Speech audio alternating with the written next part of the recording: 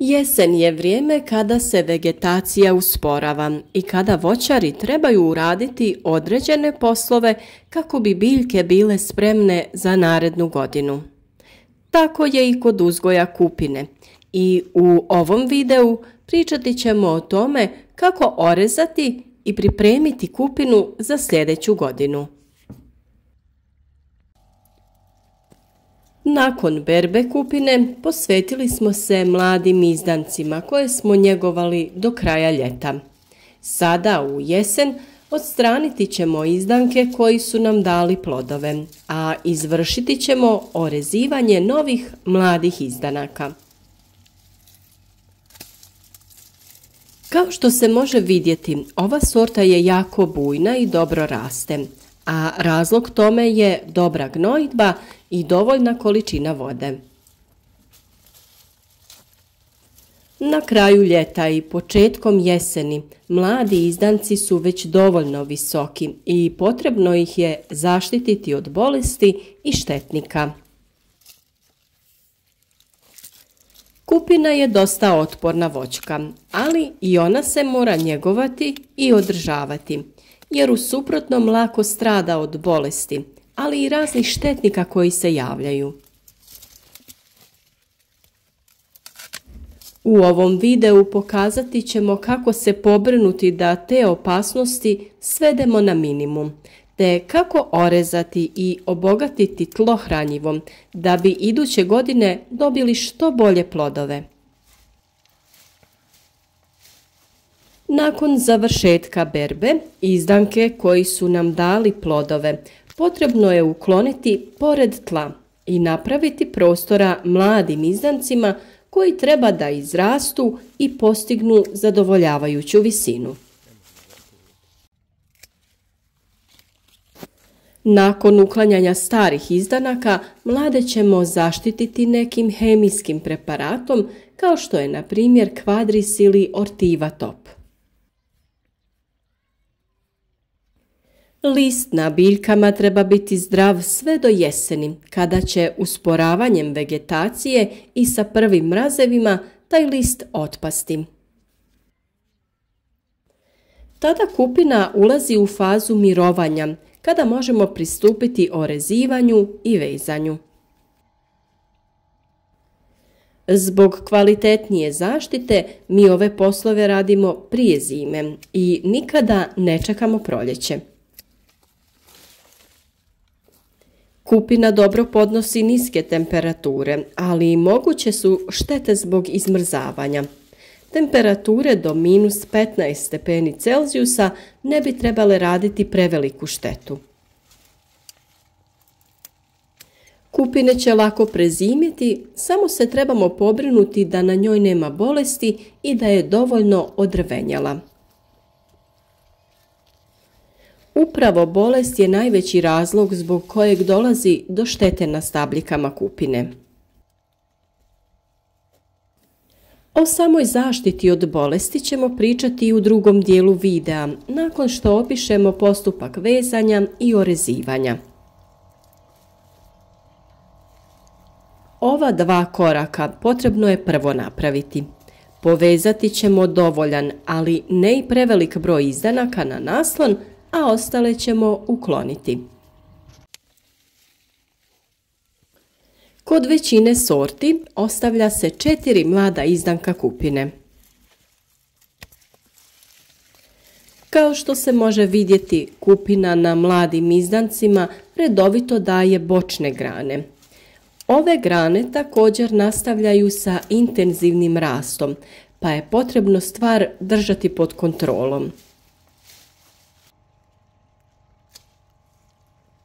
Da bi potakli razgranavanje u toku razvoja mladih izdanaka, može se odrezati izdanak na zadovoljavajuću visinu iznad zadnje žice. Tada će se pojačati intenzitet rasta bočnih grana na kojima su pupovi, koji će nam dati plodove u narednoj godini. Zbog dužeg trajanja vegetacije, bočne grane nekad ne odrvene do kraja, pa se može dogoditi da izmrznu u zimskom periodu.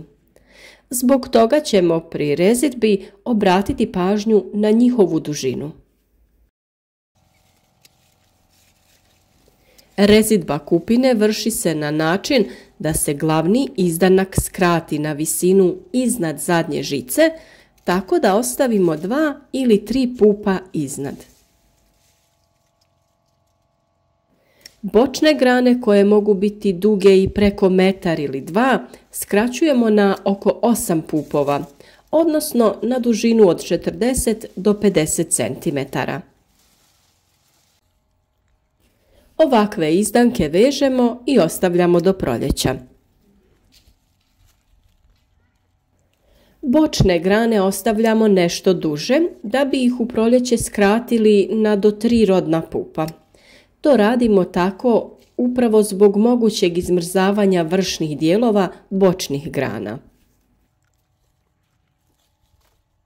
Kupina u jesenjem periodu ima nagon ka razmnožavanju, pa možemo primijetiti da vrhovi izdanaka, ali i bočnih grana, ubadaju se u tlo i jako brzo puštaju korijen.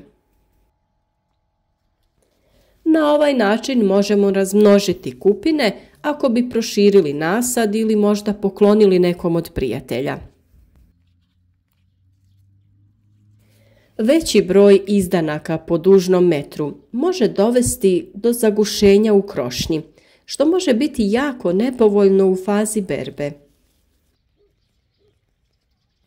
Da bi se spriječila pojava bolesti, potrebno je ostaviti veći prostor između biljaka, ali i dužina bočnih grana ne treba biti previše duga. Jednostavno povećanjem broja izdanaka ili dužine grana povećavamo broj pupoljaka iz kojih rastu rodne grane koje daju plodove. Ako previše opteretimo korijenov sistem i samu biljku, ona će nam dati sitnije plodove slabijeg kvaliteta, a i stvaramo povoljnije uslove za pojavu bolesti. Za pričvršćivanje izdanaka koristi se naslon od 2 žice, od kojih je najvišlja na visini od 180 cm. Na prvoj žici je crijevo za navodnjavanje sistema kap po kap. Između prve i zadnje žice nalazi se 1 ili 2 žice. Dovoljna je samo jedna na visini oko 120 cm. Sav višak izdanaka ćemo odrezati i ukloniti iz voćnjaka. Najbolje ih je spaliti i na taj način uništiti potencijalne štetnike koji bi u njima prezimili. Često se na stabljikama mogu uočiti zadebljanja u stabljici, pa je poželjno da ovakve izdanke odstranjujemo i uništavamo. Naime, unutar zadebljanja nalazi se štetnik koji oštećuje biljku, što može dovesti do sušenja izdanka. Pri rezanju jako je bitno te izdanke odrezati što dublje u tlu. Ako prostor dozvoljava, dobro bi bilo ukloniti stare panjeve koji strše iz tla. Naime, smetaju nam pri obradi prostora oko kupine. Nakon što smo povezali dovoljan broj izdanaka i uklonili nepotrebne, uraditi ćemo tretman fungicidom na bazi bakra. Za to se može koristiti crveno ili plavo ulje, a najbolje preparat pod nazivom Nordox. Sa ovim tretmanom uništavamo gljivice koje mogu uzrokovati pojavu bolesti na listovima u narednoj vegetacijskoj godini.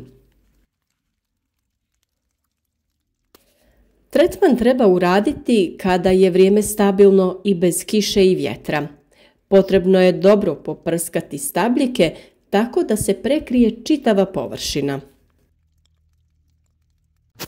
Bolest koja najčešće zahvata kupine je didimela, koju možemo prepoznati po crnim mrljama na kori stabljike. O ovoj bolesti smo pričali i u videu kada smo govorili o malini. Tamne mrlje zahvataju i koru oko pupoljaka, uslijed čega oni stradaju i suše se. U proljeće, kada krene vegetacija, ti pupovi budu suhi i često se ta situacija pripisuje jakoj zimi, uslijed koje su pupovi navodno izmrzli. No, nažalost, ne radi se o tome, već su pupovi propali uslijed utjecaja bolesti. Iz tog razloga neophodan je tretman bakrenim preparatom ili preparatom u kojem mineralno ulje pomiješano je sa bakrom. Nakon što smo se pobrinuli za zdravlje kupine, tada čistimo prostor oko i uklanjamo korove. Prvenstveno smo orijentirani na prostor oko izdanaka, pa motikom ili preciznim alatom poput ploskoreza okopavamo tlo i uklanjamo korove. Dokazano je da su korovi često uzrok bolesti, odnosno bolest najčešće prelazi sa korova na kupinu. U većim nasadima to se može raditi frezanjem međurednog prostora. Mi kupine uzgajamo na gredici koju smo izdigli. Na ovaj način imamo mogućnost dodavanja malča u prostor oko kupine, što uveliko olakšava borbu sa korovom. Pri obradi tla dodajemo mineralna hranjiva, kako bi vratili biljkama ono što su iz tla iscrpile. Najčešće se radi o makroelementima koji su sadržani u NPK hranjivima. U ovoj fazi najviše se dodaju fosfor i kalij, koji se najviše i potroše. Za to se i koriste NPK hranjiva formulacije 7, 20, 30 ili slična. Pored mineralnih gnojiva primjenjujemo i stajnjak, sa kojim obogaćujemo tlo humusom. Naime, humus je jako bitan za kvalitetnije usvajanje hranjivih tvari iz tla, a još bolje rezultate dao je glistenjak, koji dobivamo nakon što kalifornijske gliste prerade stajnjak. Ako je tlo previše kiselo, potrebno ga je vratiti u optimalne vrijednosti, a to možemo raditi dodavanjem građevinskog vapna u tlo. Nadamo se da će vam ovaj video i informacije koje smo dali pomoći u uzgoju vaših kupina i da ćete održati njihovo zdravlje i dobru kondiciju kako bi urod bio što kvalitetniji i obilniji. Podijelite ovaj video sa prijateljima na društvenim mrežama i označite video sa like. Ukoliko imate dodatnih pitanja ili nekih drugih komentara, slobodno nam pišite u komentarima ispod ovog videa. Na taj način ćete podržati naš rad i proširiti krug ljudi koji su tu da bi svojim znanjem zajednički pomogli drugima da uzgajaju svoje vlastite biljke.